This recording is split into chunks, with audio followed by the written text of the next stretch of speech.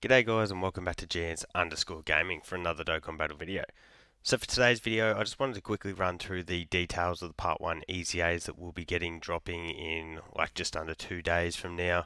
I've had a quick read through them and they look really insane. So shout out to Toon who I guess formatted these to make them easier to read, and then the Wiki and Ranmert who were the ones that actually translated the EZA'S. So we're going to start off with Trunks here. As you can see, his latest skill is Future Saga 170 and Superclass 130, so could be useful in something like Battlefield there. Otherwise, you're not really going to utilize him as a leader. For his 12 keys super post EZA, so he already did raise attack, he then greatly raises defense for 3 turns. He's not really sticking around in base for very long at all, so this first part's pretty irrelevant. His passive skill is 140% attack and defense. Key +2, which works well because you might want to float him on this first turn. Then launches an additional attack with a high chance for it to be a super. So you can get that greatly raised defense twice there. Add in the hidden potential, potentially 3 supers there. And then you get a crit chance plus 30% for each of the attacks performed. So when you do actually get that double super turn, that second super is going to be a 60% chance to crit, and if you get lucky enough to get the third, that's going to be 90, so that's going to be pretty fire. And then obviously we do transform, and from there we do transform into Super Saiyan. So beforehand it was a 20% attack and defense raise, that's now been bumped up to 50%, which is awesome. You'll see why here. So the passive is 150% start of turn. You get the key +2 to superclass allies, which again, Future Saga is pretty ally heavy, so that'll be really useful. And then it's key +1 plus an additional attack and defense plus 25% at the start of each turn up to 4 key and 100%. So I believe that is similar to what it was pre-EZA in terms of stats, but it is the build-up time is cut in half, so that's obviously awesome too. So he launches an additional attack with a great chance for it to be super. So there's 2 potential greatly raised attack and defense. Then launches an additional attack again with a high chance for it to be a super from turn 4 since appearing.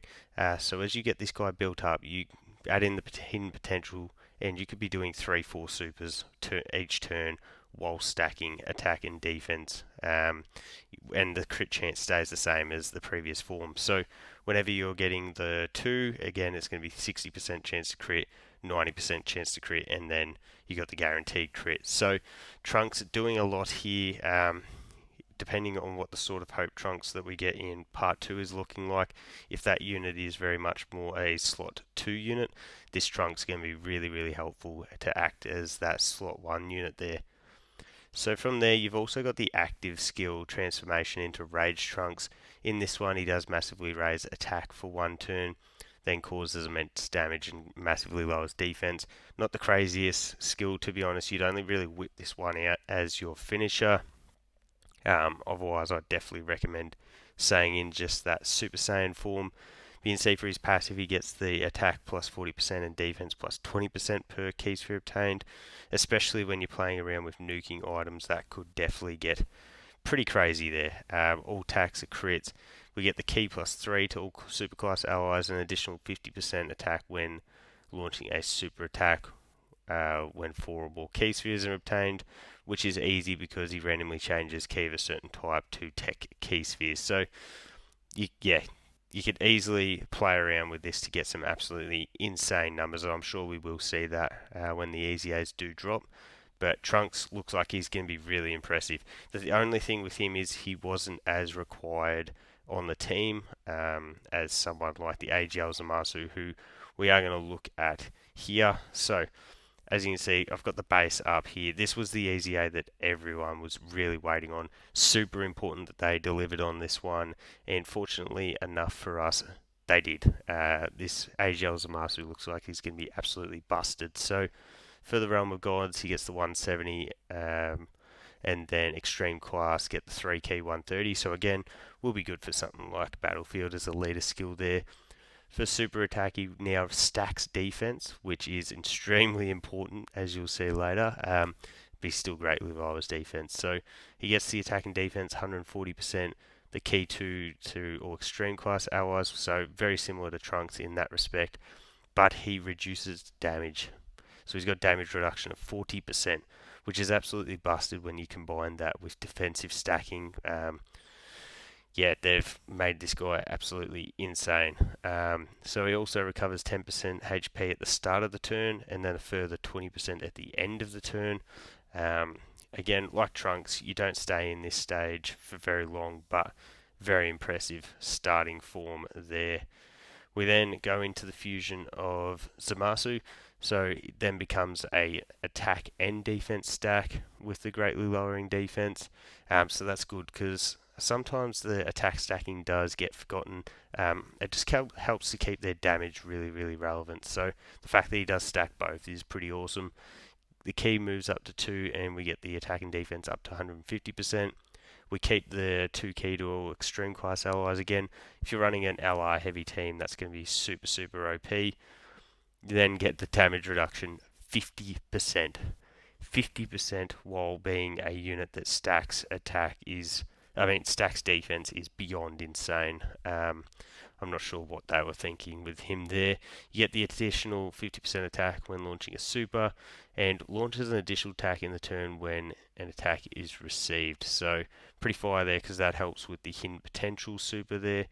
So it recovers 10% HP when HP is 90% or less, and then at the 10% at the end of turn whenever this attack character receives 5 or more attacks. So much like Trunks, you can then go into the active skill turn. This is where, again, I'd only be utilising this as a finisher. He gets the massively raised attack and the greatly defense lowering. Key 6, attack plus 300%. Then the extra 100% defense. But the 300% attack's pretty insane because in the previous form you are stacking attacks still. So depending on how long you are building that one up for, this guy is going to be able to hit insanely hard. He also reduces damage reduction, has damage reduction of 30% again. He does keep the stack defense. So even though the start of turn numbers do taper off quite a bit, you're going to be getting that extra stack defense to really bump that up with the damage reduction also. So an additional 50% attack and high chance for attacks to be crits when attacking. Launches a super attack every 2 attacks.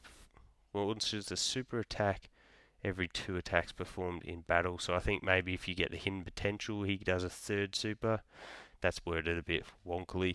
And then for the 3 turns upon first appearance, he gets an extra 50% defense. Disables enemy guard, and then superclass allies minus 10% attack. I'm pretty sure that is also superclass enemies also minus 10% attack, but you're very much going to be running him in the second stage of his fusion. 50% damage reduction with the defensive stacking is just beyond crazy. So he's going to really, really help that TEQ Zamasu team, and I really can't wait to bring him out here. So then we've also got the physical Zamasu Gowasu. So Realm of Gods, Key 3, 130, that's nothing to really talk about. They greatly raise attack and defense now, so a bit of buff there on super, and then they still seal the enemy super. So all allies, Key 3, 70% defense. That's what we loved about this unit initially, and great to see that's still sticking around. Obviously they weren't going to drop it, but we also get an all allies Key 1 and attack plus 30% when the rotation is full Realm of Gods. So that's pretty OP when you're running him on sort of that future saga team. You're pretty much running all Realm of Gods style units, or the Power Beyond Super Saiyans team. So you're going to be able to give off 4 key, 70% defense, 30% attack. So that's going to be awesome. They've still got their high chance of evading enemy super. Would have been nice to have seen that bump up to a great chance, but still really good.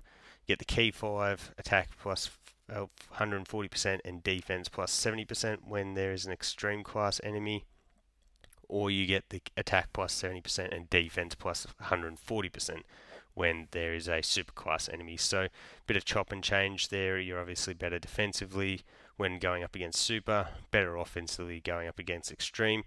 And then you also get the attack and defense plus 70% when performing a super. So this guy is obviously built for a slot 3 floater type of position on the team. and with their dodge chance, they're always going to be able to get their super off beforehand. I think they'll work really, really effectively. I'll be interested to trial them on the Zamasu team. These guys are a super unit, but still, I think they should be really, really effective on Zamasu's team still. So, really happy with their EZA. And then we jump into Mai, who is also really crazy. So she gets the Time Travelers Key 3 130, or the Int type Key 3 90%, which, yeah, lead skill for them is obviously nothing. But what we do get here is a raise of 1 defense with the high chance of stun. So gives utility with the defense on super, and then the high chance to stun is obviously good for things like Super Battle Road. For her passive, she gets 120% defense straight off the bat, 80% attack when attacking. Time traveling category allies get the 2 key and attacking defense plus 40%. So that's obviously really good. We get the extra key plus 1 and attacking defense 10% for allies who are super class, so that's perfect. You can max out to 3 key 50%, which is a huge number there. She gets the high chance of stunning the attacked enemy, as well as the fact that she has that in her super. You've then got a great chance of evading enemies' attacks from enemies who have been hit by this character's super attacks. So 99% of difficult content in this game pretty much revolves around going up against one enemy, so you're pretty much always going to have a 70% chance to dodge with Mai. Add in the fact that she's int, you can build up that dodge really, really high anyways. She's going to be absolutely busted with that. You also get defense plus 80% when attacking if there is a future category enemy, and for C's super attacks if HP is 70% or less. So in the dismal future red zone, this Mai is going to be really, really busted. So I think they did a phenomenal job with all of these EZAs. As I mentioned, I was really, really looking forward to seeing what they did with Zamasu here, and you best believe that they went absolutely insane with him. Just on paper, I would say that he's the best TUR EZA in the game by a country mile, so can't wait to pair him up with the TEQ Zamasu. But let me know down below which of the EZAs you are most excited for. They'll be dropping in like almost 2 days, so definitely get ready for these ones. So thank you all for watching. Don't forget to like and subscribe if you want to keep up with the content, and hopefully I'll catch you all on the next video.